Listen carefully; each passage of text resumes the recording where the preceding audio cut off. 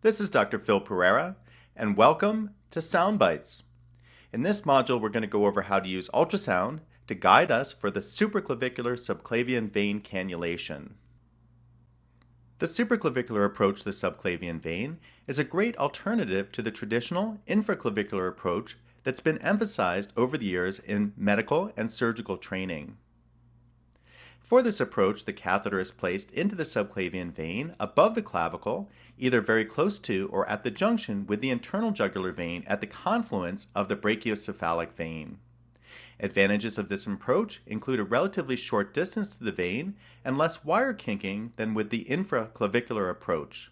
A nice article that goes over this approach was in the Western Journal of Emergency Medicine in 2009 by the authors listed below in the reference. Let's take a moment to review the upper extremity venous anatomy that we'll need to know to perform supraclavicular subclavian cannulation. The first landmark is the clavicle, and remember that as the subclavian vein passes lateral to the clavicle, it becomes the axillary vein. We can see the subclavian artery and vein running above and below the clavicle. We can also see the internal jugular vein and carotid artery going up and down the neck. We can see the confluence of the internal jugular vein and the subclavian vein to form the brachiocephalic veins. In effect, we're aiming at the confluence here, the brachiocephalic vein, for placement of the catheter. And we can see that the brachiocephalic veins join to become the superior vena cava going into the right atrium. And that's where we want to place the tip of the catheter. Now let's take a look at the essential anatomy from a lateral approach. We again note the clavicle here, forming the boundary between the subclavian artery and vein and the axillary artery and vein. We see the subclavian artery and vein arching above and below the clavicle. And we see the internal jugular vein and carotid artery going up and down the neck. Notice again the confluence of the subclavian vein and the internal jugular vein at the brachiocephalic vein. And again, that's where we'll be aiming with our needle. Notice the brachiocephalic vein joining in the superior vena cava and down into the heart. Now let's take a moment to talk about ultrasound guidance for this approach to the subclavian vein. Traditionally, it's been thought to be difficult to image this portion of the subclavian vein as it arches above the clavicle. However, the supraclavicular portion of the subclavian vein can be well visualized by placing the ultrasound probe in a medial position just above the clavicle and angling it down into the chest to visualize the subclavian vein just anterior to the subclavian artery. In this illustration, we see the probe placed above the subclavian vein, able to image it in a long axis orientation. For this application, we'll want to use the high-frequency 10 MHz linear array type probe. And notice that we have the probe angled anterior to pick up the vein, which will be located anterior to the subclavian artery. Thus, cannulation of the vessel will be performed in a long axis approach using ultrasound guidance. An alternative approach to find the subclavian vein and brachiocephalic vein is to follow the internal jugular vein inferiorly down the neck. We then will visualize the subclavian vein as it joins with the internal jugular vein at the confluence of the brachiocephalic vein. And we can use color Doppler flow imaging as shown in the video box to the upper right to differentiate vein from artery. Notice the characteristic pulsations of the artery versus the constant phasic respiratory hum of the vein. To use ultrasound guidance for the supraclavicular approach, we'll want to place the probe in a long axis orientation in the supraclavicular fossa. As noted here in the picture to the upper right, we can see the probe placed over the top of the clavicle. There's not a lot of space in the supraclavicular fossa, and that's why it's easier to place the probe in a long axis orientation rather than a short axis approach. We'll be using the high-frequency linear array type probe for this application, and because we want to use dynamic or real-time guidance, we're going to use a sterile sheath over the probe. Now let's go over how to use ultrasound to visualize the subclavian vein. We'll begin by running the probe down the neck to identify the internal jugular vein lateral to the carotid artery. We can push down with the probe to differentiate vein from artery, as the vein should completely compress as long as there's no thrombosis present. We can also use Doppler flow to differentiate the two vessels. After we identify the internal jugular vein within the neck, we'll run the probe even further inferiorly down the neck and angle it down into the chest. Now, note here that we're seeing the subclavian artery and the carotid artery and the confluence of the two vessels. And remember that the subclavian artery is going to be located posterior to the subclavian vein. Next, we're going to orient the probe even more anteriorly, watching the internal jugular vein go down into the chest and join with the subclavian vein at the confluence of the brachiocephalic vein.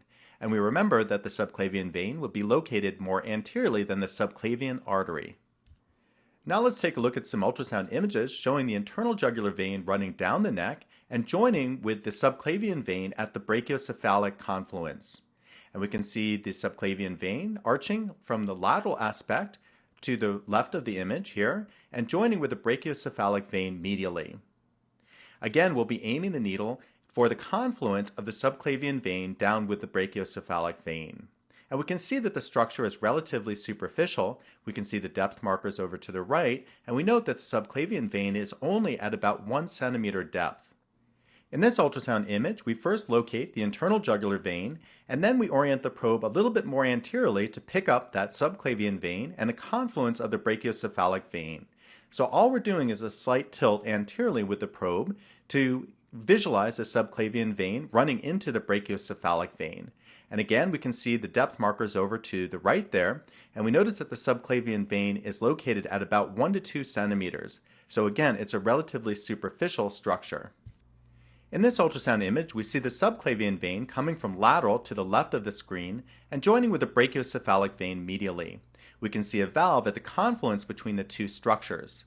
Our needle would come in from the lateral aspect and be aimed medially towards that confluence, and we can see that it would have to come down about 2 centimeters to successfully cannulate the vessel. In this illustration, we'll go over the surface anatomy for the supraclavicular subclavian vein cannulation. The needle should be aimed towards the subclavian vein at the confluence of the internal jugular vein into the brachiocephalic vein. Generally, we're going to place the needle off the back of the clavicular head of the sternocleidomastoid. The needle should be aimed towards the sternal notch. And again, it's a relatively superficial stick. This video reviews the middle triangle of the neck as framed by the divisions of the sternocleidomastoid muscle. Remember that the sternal head will run medial and the clavicular head will run lateral. The clavicle will form the inferior boundary of the middle triangle of the neck, and we can see the index finger placed within the middle triangle. Within this triangle will run the internal jugular vein and the carotid artery, and that's where we want to be first locating with the probe the internal jugular vein as it runs down the neck. Here are the traditional surface landmarks for cannulation of the supraclavicular subclavian vein. We want to identify the clavicular head of the sternocleidomastoid laterally, and that's generally where we'll be placing our needle. The needle will be aimed towards the sternal notch medially, and we can see that the needle will be coming over the top of the clavicle aimed into the subclavian vein. In this video clip, we'll simulate the correct placement of the needle for cannulation of the subclavian vein above the clavicle. Here I'm just illustrating where the subclavian vein should be running from lateral to medial. And note here that we'll place the needle just lateral to the clavicular head of the sternocleidomastoid with an orientation towards the sternal notch of the sternum. Next, we'll add ultrasound into the mix, and here we're placing the high-frequency linear array probe into the supraclavicular fossa just above the subclavian vein. So we'll be placing the needle on the lateral aspect of the probe so that we can watch the needle come down into the vessel. And again, I'm just emphasizing the standard trajectory of the needle from that lateral aspect of the clavicular head of the sternocleidomastoid towards the sternal notch. Here we get a different perspective for the placement of the probe in the long axis configuration in the supraclavicular fossa. And we see here that that needle should be oriented off the back of the probe or lateral to the probe.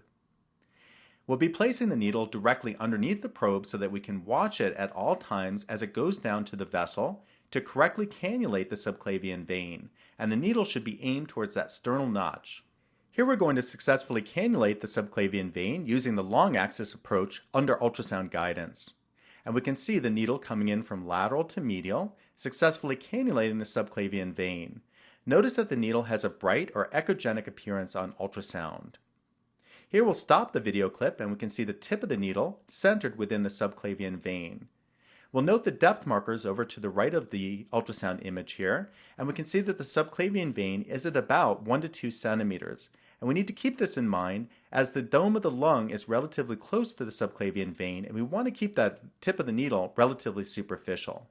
Once we've had a successful cannulation of the vessel, we can actually guide the guide wire using ultrasound guidance. And this is helpful as we want to make sure that the guide wire passes without obstruction down into the vessel lumen. In this video clip, we can actually see the guide wire advance through the catheter into the subclavian vein laterally and being pushed down the subclavian vein into the confluence with the brachiocephalic vein medial and to the right. Next, we can watch as the guide wires further advance down the brachiocephalic vein into the superior vena cava, and here we can see the echogenic guide wire coming from left down the subclavian into the brachiocephalic and into the superior vena cava. And remember that we want to position the tip of the guide wire and then the resulting catheter within the superior vena cava so that it doesn't enter into the right atrium. To summarize some of the important parts of this module, I want to emphasize that the supraclavicular approach to the subclavian vein is a great alternative to the traditional infraclavicular approach, and one in which ultrasound guidance can be used dynamically or real time to guide the needle down into the vein, hopefully to decrease the risk of complications to our patient during the procedure. As we discussed, the subclavian vein cannulation is performed with the ultrasound probe held in the long axis orientation in the supraclavicular fossa, so that the needle will enter off the back of the probe laterally and be advanced in a long axis view down into the vein. Let's finish here with a discussion of some of the potential complications of this approach, the first of which is inadvertent pneumothorax. Now, the subclavian vein is relatively close to the lung, the dome of the lung, and for that reason will traditionally go on the right side, where the right side of the lung is a little lower at the dome than on the left side. We can actually visualize the dome of the lung with ultrasound as seen in the video box to the upper right. We can see the pleural surfaces moving back and forth as the patient breathes, and this is called lung sliding. So we can visualize the lung and avoid it. We want to avoid deep punctures with the needle and keep that needle tip visualized at all times as we advance it down into the vein. A second potential complication is inadvertent puncture of the subclavian artery during the cannulation procedure. Remember that the subclavian vein lies anterior to the subclavian artery, and we can actually identify both structures prior to puncture attempts using ultrasound.